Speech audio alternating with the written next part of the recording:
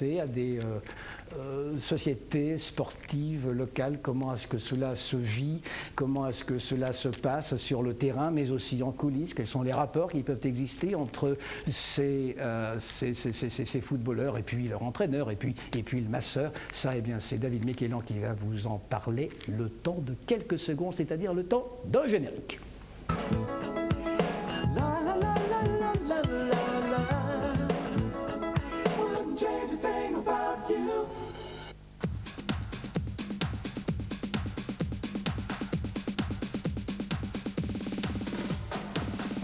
Le sport avec la Nationale Suisse Assurance.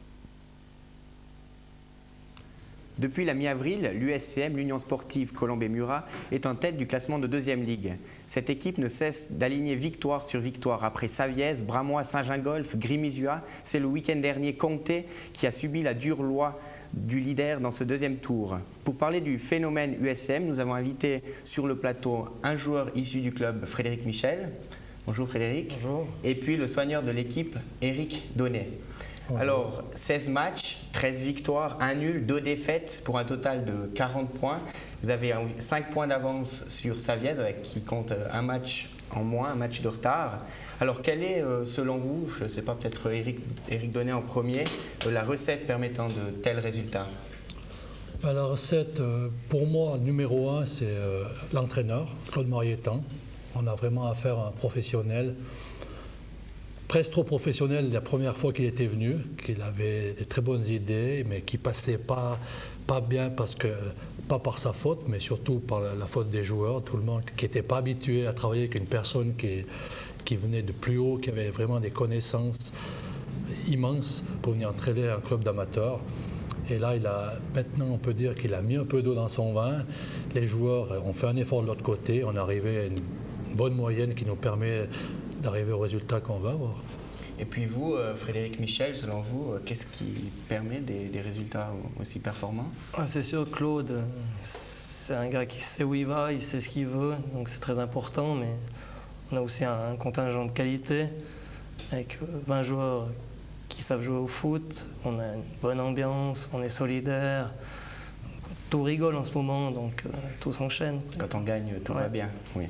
Alors pour essayer de comprendre le phénomène USCM et pour montrer l'atmosphère qui règne autour du terrain, une équipe de TV12 vous a rencontré lors d'un match, c'était le 22 avril face au dernier du classement, Grimizua, un match piège que l'USCM a su éviter en s'imposant 3-1. Direction Les Pereires, on regarde.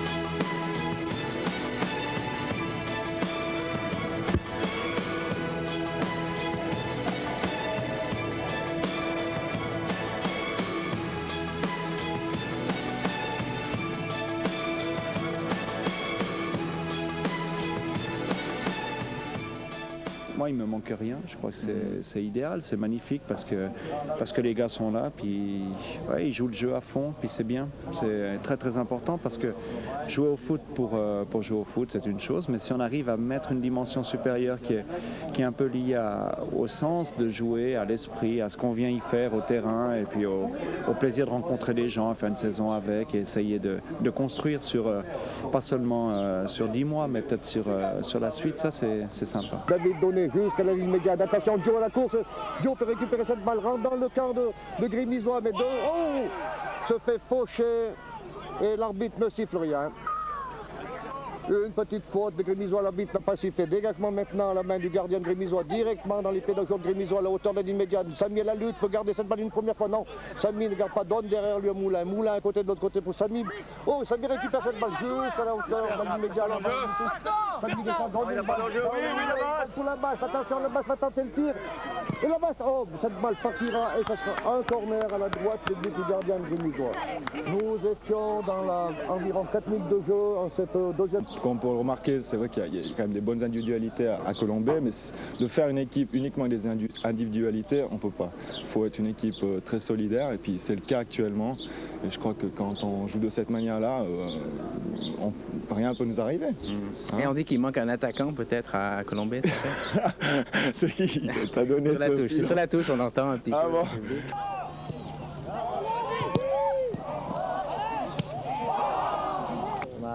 Mal, ce soir mal. Ouais, mal. La première mi-temps en tout cas mal. Plat. C'est plat. Qu'est-ce qui leur manque à Colombey pour être une grande équipe? Un bon centre en vent. Il faut quelque chose, ouais. Ouais. Puis qu'il faut jouer, quoi. Il faut donner du cas. Il va jouer immédiatement DJ Rouillet s'élance, non. Lève la tête, va donner une balle à qui? Une balle à profondeur destinée à Giovanni. Hors-jeu signalé, mais...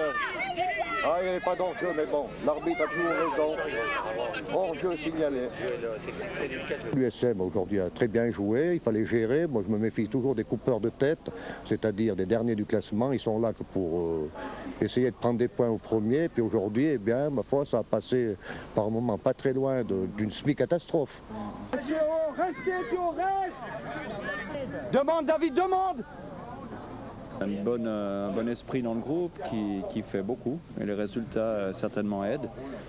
Et puis la chance qu'on a aussi, c'est d'avoir un contingent assez étoffé, ce qui fait que quand on perd malheureusement quelques joueurs, comme ça a été le cas, soit pour des blessures, soit parce qu'il y a d'autres raisons professionnelles, eh bien les autres qui prennent le témoin, le relais, eh bien ils le prennent admirablement bien. Puis ça fait qu'on a du bonheur à faire une belle saison.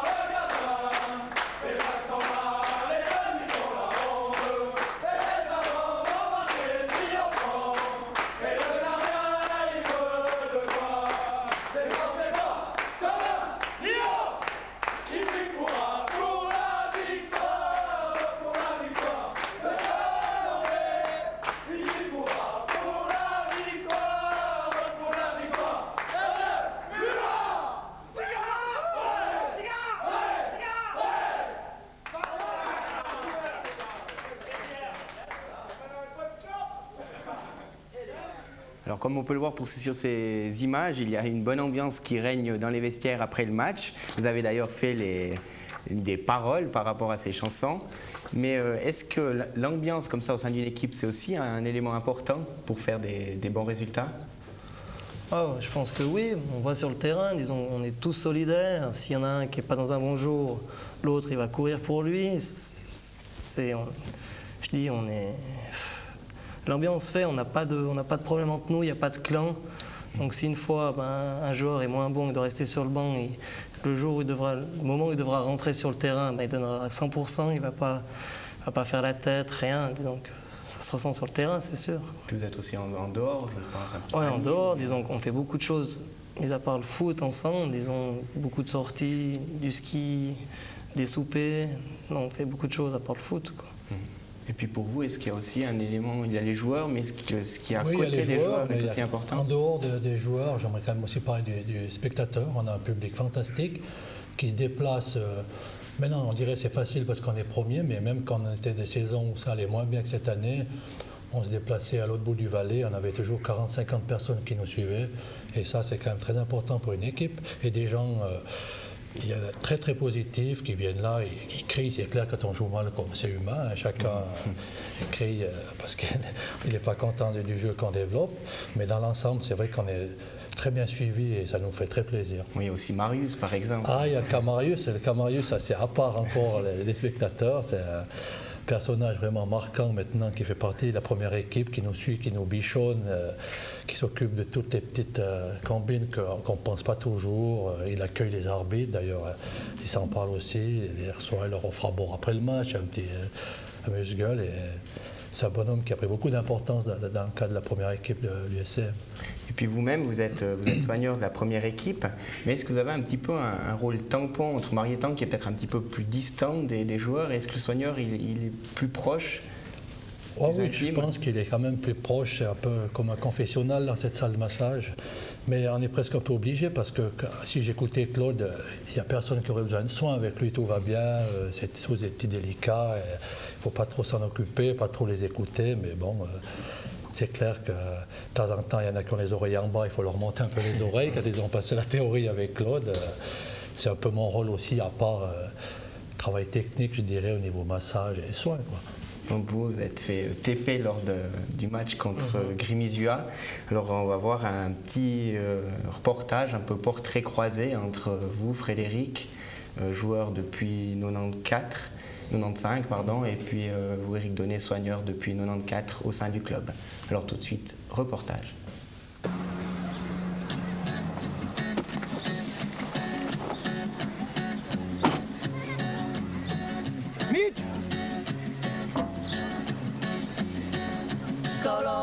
Reste avec, Fred, reste avec.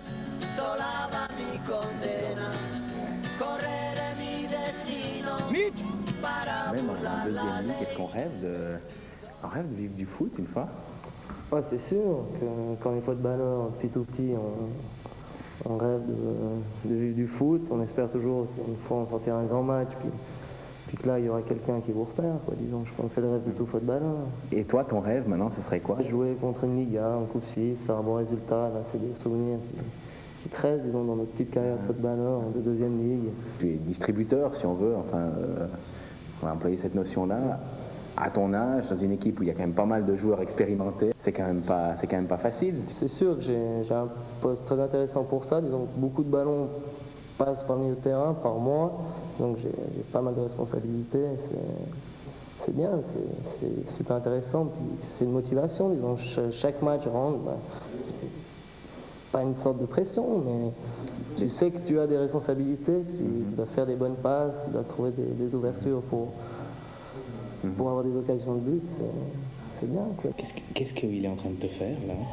Il est en train de me TP parce que j'ai un petit problème avec une cheville. Elle est faible, il lâche assez souvent. Voilà, il me la solidifie avec une sorte de bande, pour plus qu'elle bouge. Et tu es obligé de jouer avec ça, ou est-ce que tu peux jouer sans tape? Je pourrais jouer sans tape, mais il suffirait que j'ai de la chance et puis qu'elle ne se tord pas une seule fois pendant le match. Si elle se tord, après je peux plus jouer pendant un bon quart d'heure avant que la douleur parte. Ouais. Mais...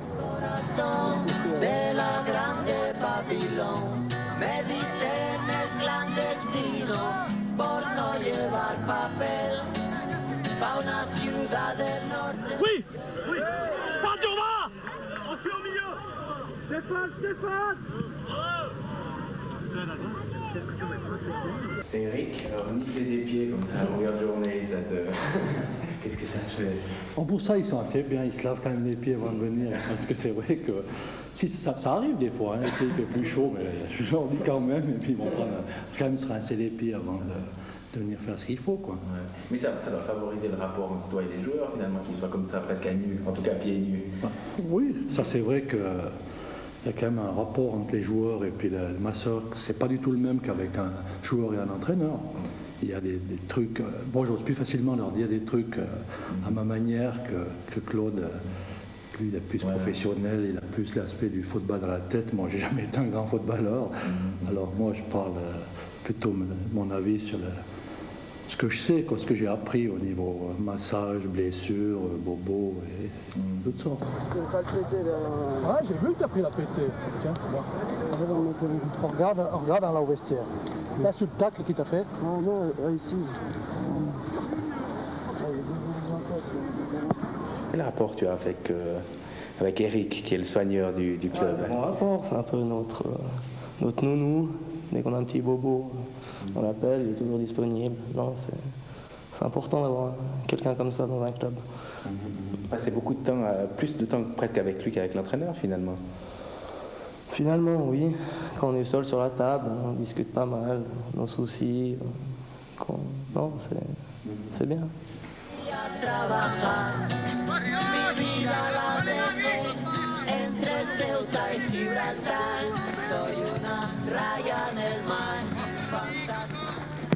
Sur le terrain, qu'est-ce que tu peux me dire sur Frédéric? C'est clair que c'est quelqu'un qui amène beaucoup à notre jeu. Ouais. c'est quelqu'un de très polyvalent, très technique. C'est un pion essentiel. Quoi. Mais il a des défauts quand même. Mais je ne vais peut-être pas les dire maintenant, de peur des représailles. Hein.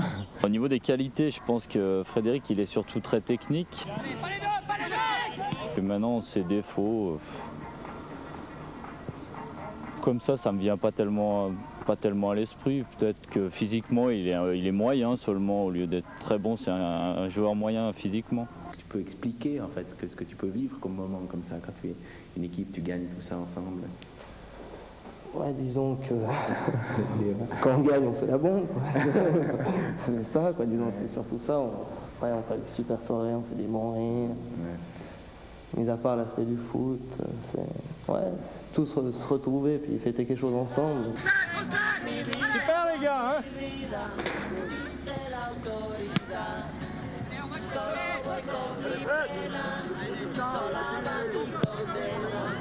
Toi, tu es sorti en cours de deuxième mi-temps. Comment est-ce que tu juges ta performance aujourd'hui? Elle n'était pas exceptionnelle. J'ai eu la chance d'avoir Radwan Chalok derrière, qui a beaucoup couru pour moi quand même, parce que j'étais pas présent sur les duels. Donc c'est normal que je sorte parce que j'étais pas très bon aujourd'hui.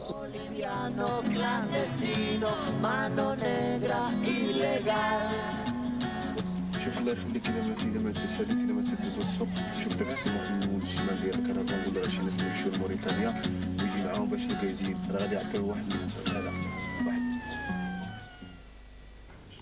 Alors vous êtes en tête, comme on l'a dit, avec 5 points d'avance maintenant. Est-ce que vous commencez à penser à ces finales? Alors, tout d'abord, cette année, il n'y aura pas de finale. Ça sera une grande nouveauté au niveau du foot. Ils vont créer une deuxième ligue interrégionale qui prendra effet à partir de la saison prochaine. À nos têtes pensantes, on fait ça en voulant essayer de rétrécir le fossé qui existe entre la deuxième ligue et la première ligue.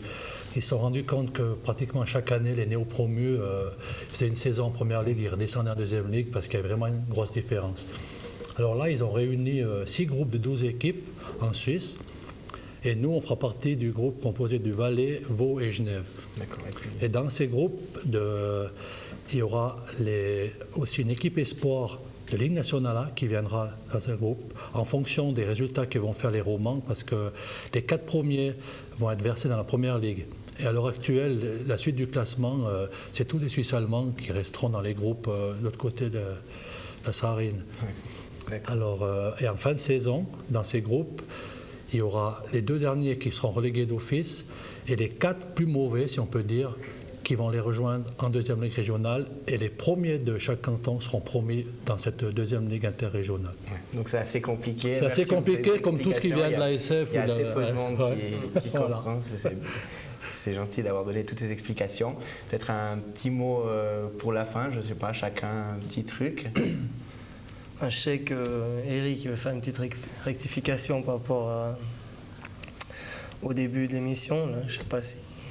Moi, je voulais juste reprendre M. Piotta quand il a présenté son émission et qu'il a parlé de l'USCM de Colombey. Alors, il ne fallait pas qu'il oublie Murat, parce que c'est un truc qui a existé depuis longtemps, qui existe toujours moins, parce qu'il y a beaucoup moins de personnes du club qui sont concernées. Les vieux, comme on dit, ne sont plus là. Les jeunes, maintenant, il y a beaucoup d'étrangers à la commune qui n'ont pas ce sentiment Colombey-Murat, mais on essaie de garder ça un peu pour mettre un peu d'huile sur le feu. Et puis, j'aimerais juste au sujet des futurs entraîneurs qui viendront chez nous à l'USCM, la personne à qui j'ai déjà dit ça va se reconnaître, qu'ils sachent que les entraîneurs passent et le soigneur reste. Et vous, Frédéric?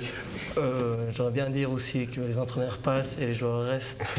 Voilà, et moi je souhaite un bon rétablissement à Bruno D'Andrea et à Yvan Beru. Voilà, c'est tout pour la rubrique sport. National Suisse Assurance vous a présenté le sport.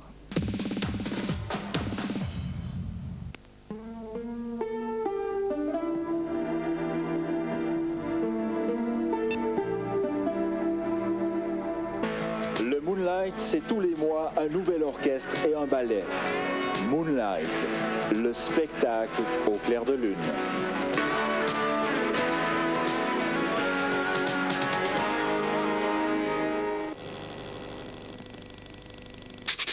Vous voulez le tiercé dans l'ordre? PES boutique, PES meuble, PES mini prix à monter. Avec eux, vous êtes sûr de gagner. Mais puisque je vous le dis...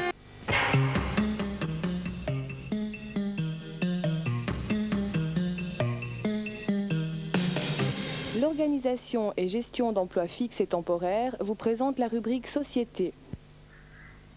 Je vais commencer la rubrique Société par vous rappeler une mauvaise nouvelle. Carnaval, c'est terminé. Bon, je pense que la plupart d'entre vous a réussi à faire le deuil, mais nous, on a rencontré des petits vénards qui, eux, font carnaval toute l'année. Il s'agit bien sûr de la Guggen musique officielle de Montet, les Kamikazes. Alors, on les a filmés le temps d'un week-end, on les a suivis jusqu'en Belgique, s'il vous plaît. Allez, un petit carnaval une deuxième fois l'an, c'est juste pour vous. C'est parti.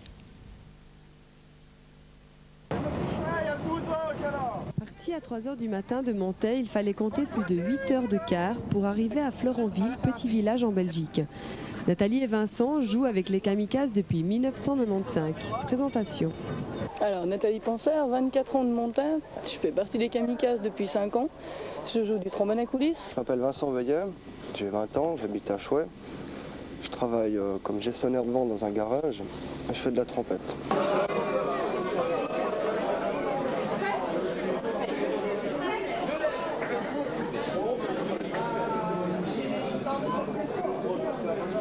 Malgré le manque de sommeil, les petits Suisses sont déjà bien dans l'ambiance.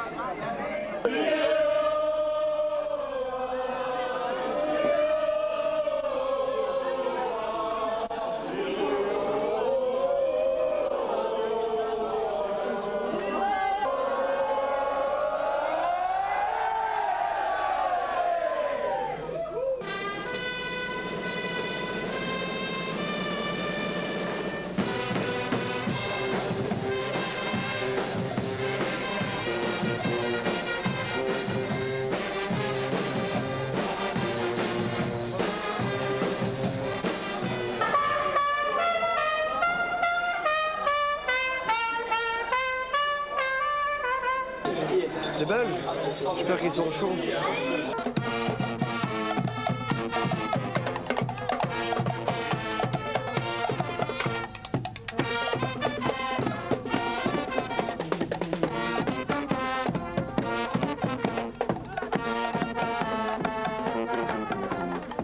Sauf enfin après, après attaquer. Non, non, Vincent, pas le temps. Les Belges attendent votre concert avec impatience.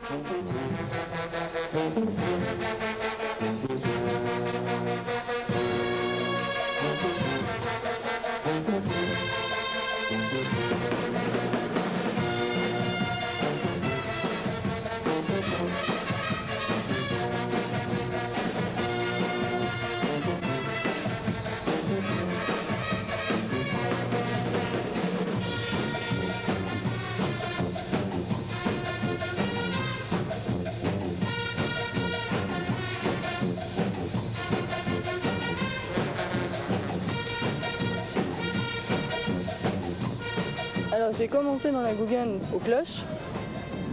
Et puis juste avant le carnaval, on m'a mis au woodblock. Alors j'ai joué une année au woodblock, après j'ai commencé le trombone. J'ai appris gentiment sur le tas et puis maintenant je suis prof. Je donne des cours avec un collègue de Guggen qui lui donne le solfège.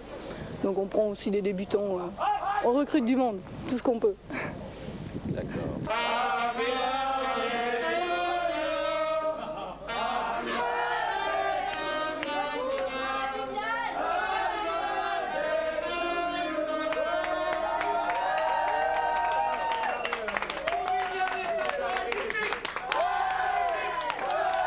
Chez nous, je trouve que les gens s'amusent beaucoup plus, ils sont beaucoup plus pour faire la fête.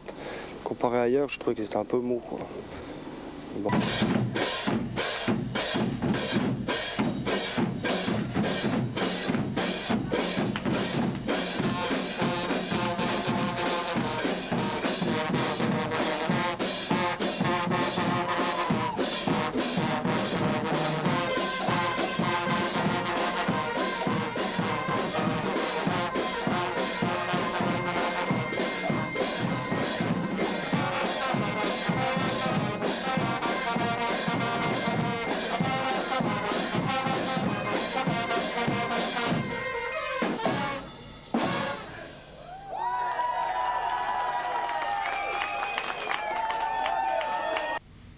Je reçois sur ce plateau Claude-Alain Marclay, le président, et Eric Varron, le directeur des Kamikazes. Alors déjà, une première question. C'est vrai que vous avez la chance de faire carnaval toute l'année. Ça, c'est vrai que c'est une chance.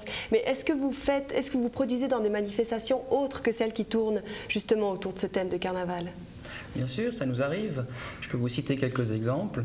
Nous avons participé à une fête villageoise à Bran, à une soirée brésilienne à Massonger. Nous avons également fait le Nouvel An à Colombey, plusieurs fois le comptoir de Martigny, ainsi que le comptoir suisse à Lausanne. Cette année, nous avons joué au 1er août à Champéry. Et enfin, nous serons présents pour la fête à monter du 16 au 18 juin, où les kamikazes tiendront un stand et animeront la place. D'accord, les dates sont prises. Alors justement, toutes ces manifestations, elles se passent en Suisse, mais vous avez aussi des autres manifestations à l'étranger. Ça fait combien de temps maintenant que vous vous déplacez à l'étranger?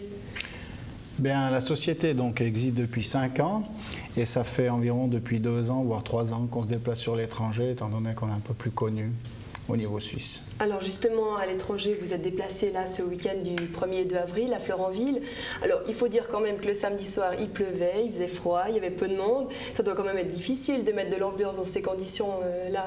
Est-ce qu'il vous est arrivé un jour de rompre un contrat, de partir plus tôt que prévu dans une fête parce que justement elle était nulle? Non, ça ne nous est jamais arrivé et on ne peut pas se le permettre. Disons qu'on a un contrat moral déjà avec les gens qui nous invitent. Et ensuite, si on partait comme ça, on ne remplirait donc pas ce contrat. Et puis j'ai également un bon souvenir à Sion, par exemple, où il faisait très froid. On était en fin de soirée et on a dû jouer notre dernier concert à l'extérieur.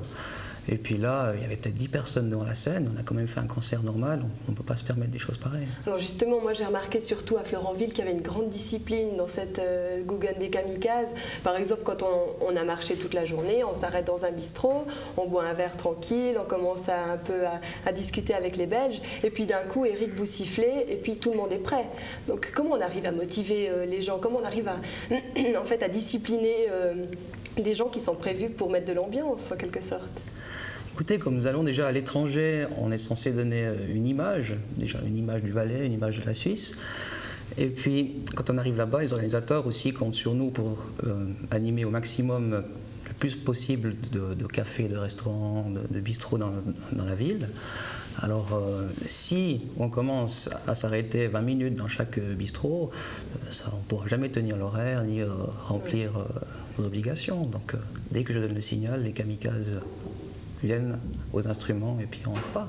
C'est parfait. Et vous avez l'air quand même passablement occupé pendant toute l'année. Est-ce que vous avez quand même des périodes creuses où vous pouvez vous reposer un petit peu quand même? Tout à fait. Donc en général, on programme un petit peu notre saison. Donc comme on sait, le carnaval, donc les carnavals, c'est plutôt en début de saison. Puis ensuite, on fait une pause plus ou moins sur juin-juillet, voire août, à cause surtout, je dirais, des vacances d'été, ce qui ne nous permet pas de pouvoir effectuer des sorties avec des effectifs qui sont complets. Alors justement, en parlant de l'effectif, ce qui peut paraître effrayant quand on met sur pied une Guggen, c'est qu'il faut sans cesse renouveler l'effectif, parce que c'est vrai qu'au bout d'un moment, les gens, ils n'ont plus la même motivation, ils n'ont plus la même forme de faire autant la fête. Est-ce que c'est pas un peu stressant pour vous de trouver chaque fois des nouveaux membres, ou bien alors vous avez spontanément des volontaires qui se présentent chaque année? Je dirais qu'au début, quand on a fondé notre société, on avait un peu de peine à trouver du monde, étant donné qu'on n'était pas tellement connus. Et puis par la suite, je dirais on a peu de monde qui est parti, je dirais surtout pour des raisons professionnelles. Puis sinon, on a trouvé du monde assez facilement, étant donné qu'après on se fait un petit peu connaître et les gens s'intéressent à venir dans notre société. Est-ce que vous avez pour la fin un dernier souvenir à l'étranger, une anecdote à nous raconter? Oui, donc moi j'ai une petite anecdote qui s'est passée donc en France l'année passée. Nous avions invité les Triboulets donc à notre sortie, comme on a fait pour la Belgique. Et notre directeur est tombé amoureux d'une des Triboulettes et ils vont se marier cette année au mois d'août. C'est parfait, félicitations. Alors je rappelle pour la fin que les Kamikazes ont sorti leur CD en décembre, qu'il est vraiment génial, il faut l'écouter. Si vous voulez plus d'informations, vous pouvez toujours aller sur le site d'internet au www.alterne.org/kamikaze, c'est ça.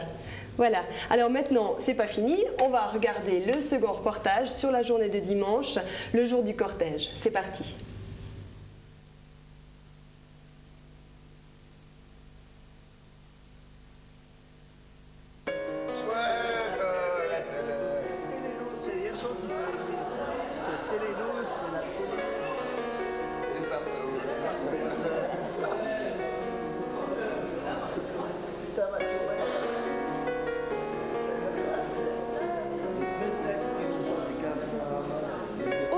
qu'il est dur le réveil après une nuit de folie sous le chapiteau.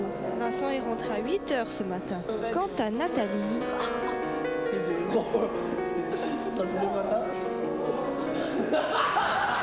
Tout semble fin prêt pour attaquer cette deuxième journée carnavalesque.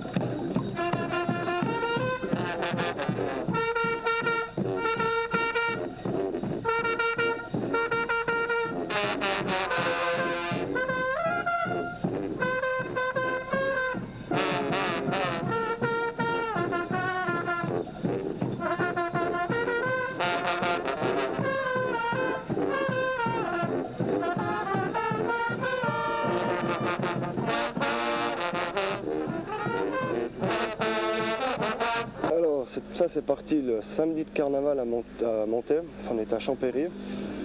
Puis l'idée elle m'est venue comme ça, on était en train de manger au restaurant, puis j'ai vu une bougie, puis j'ai décidé de la mettre, puis c'est devenu un symbole, ça a tenu, puis j'ai continué pendant les 5 jours. Ça n'a pas vraiment de notation symbolique alors?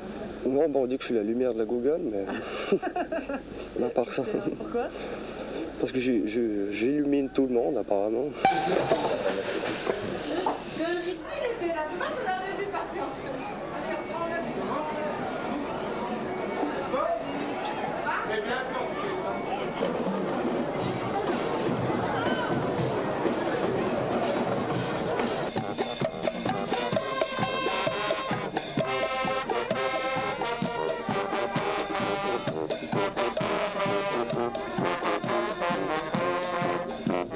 Mais joli cortège.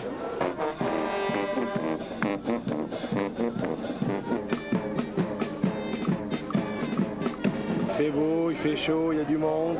Fatigant. Ça va, joli.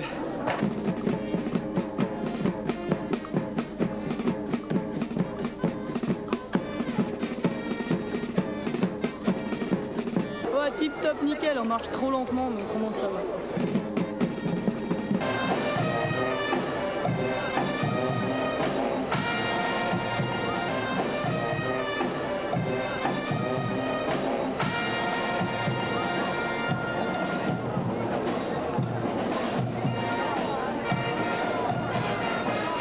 Beaucoup de public, mais Dieu, chaud. Comment le cortège? Bien le cortège. Cortège, pas mal. Plein de monde partout, ça motive un peu plus à jouer qu'autrefois. Peu content, le soleil est au rendez-vous, ça fait plaisir.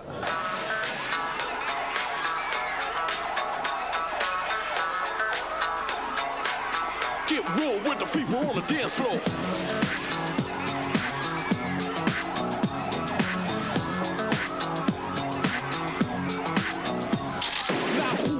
For the flames, who can think the way that I flex on the track? Conclusion rampage, we can rap on point with the knife I stop on my lip. They be rolling the mad joints. Just put your hands in the air, cause there's a party over here. So grab yourself a beer, and we can get our fever on.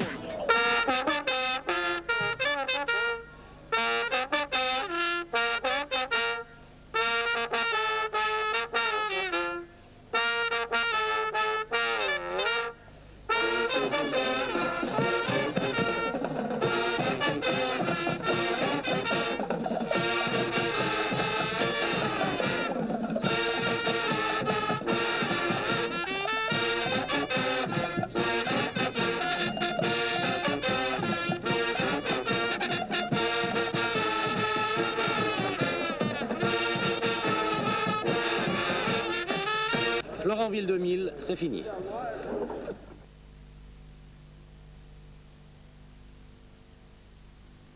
C'est fini, et oui. Et oui, oui. Et puis alors on peut vous le dire, les kamikazes sont partout, mais ils ne seront pas à la vente paroissiale protestante à Monté. La vente paroissiale aura lieu du 12 au 14 mai, donc la semaine prochaine.